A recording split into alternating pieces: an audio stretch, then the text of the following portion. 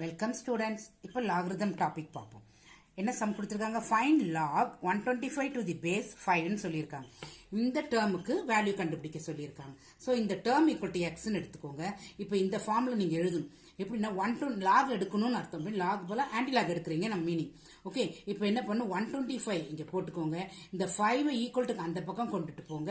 இந்த 5 போயிட்டு எக்ஸை பவரில் வச்சுக்கும். ஓகே, இதை நீங்கள் மறந்துடாதீங்க. ஓகே, 125 அப்படியே இருக்கும். இந்த லாகுக்கு இருக்கிற அந்த பேஸ் 5 அந்த பக்கம் போய் எக்ஸை பவரில் வச்சுக்கும். ஓகே, இப்போ இங்கே 5 இங்கேயும் 5ல வந்துருச்சுன்னா உங்களுக்கு பேஸ் ரெண்டு ஈக்குவலாக இருந்தால் பவர் ரெண்டையும் நீங்கள் ஈக்குவேட் பண்ணலாம்.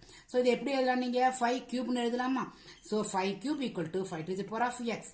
ஸோ பேஸ் ரெண்டு சேமாக இருக்குதால நீங்கள் பவர் ரெண்டுவையும் ஈக்குவேட் பண்ணலாம். So x is equal to 3. So log 125 to the base 5 equal to 3. Understood students?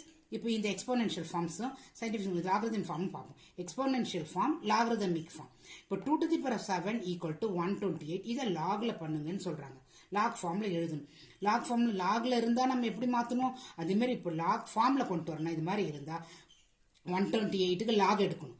Lock எடுத்து இந்த 7 அப்படியே இங்கே இறக்கி வச்சுட்டு இந்த 2 லாகுக்கு பேஸாக கொண்டாந்துருக்கணும். ஓகே, லாக் 128 எழுதிக்கோங்க. 7 அப்படியே கீழே இறக்கிருங்க. இந்த 2 அப்படியே இங்கே லாகுக்கு பேஸாக கொண்டு வந்துருங்க. அது மாதிரி இதையும் பாருங்க. 2 to the power of 0 equal to 1 கொடுத்துருக்காங்களா? இதே மாதிரி லாக் 1 எழுதிக்கோங்க. 0 அப்படியே வச்சுட்டு 2 இந்த பக்கம் கொண்டு வந்துருங்க லாகுக்கு பேஸா. ஸோ எப்போதுமே நம்மளுக்கு லாக் 1 is 0. நெக்ஸ்ட் இந்த சம் பாருங்க. 2 to the power of -4 equal to 1/16. So இங்கேயும் லாக் 1/16 எழுதிக்கோங்க. -4 இறக்கிருங்க.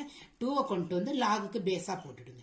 Okay students, educate to elevate.